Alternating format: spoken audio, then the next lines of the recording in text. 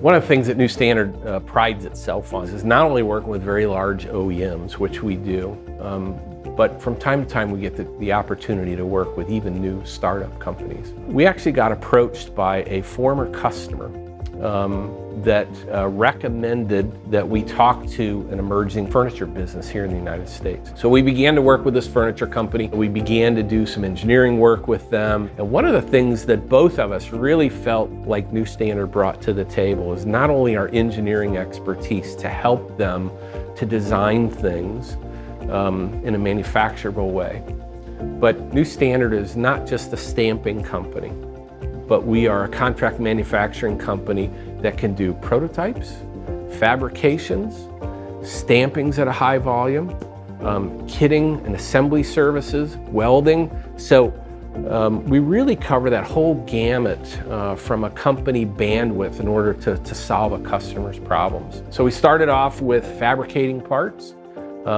As the part count grew, as their volumes grew, we've been able to take some of those parts and tool them up into dies. The cost of the parts goes down, our lead times to the customer go down. And over the last 5 years, we've actually grown from 5 SKUs to more than 50 SKUs.